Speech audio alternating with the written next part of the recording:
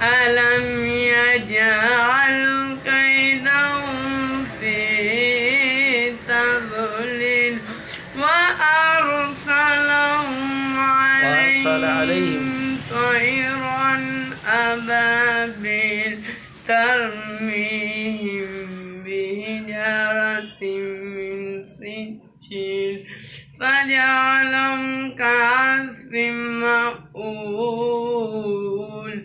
صدق الله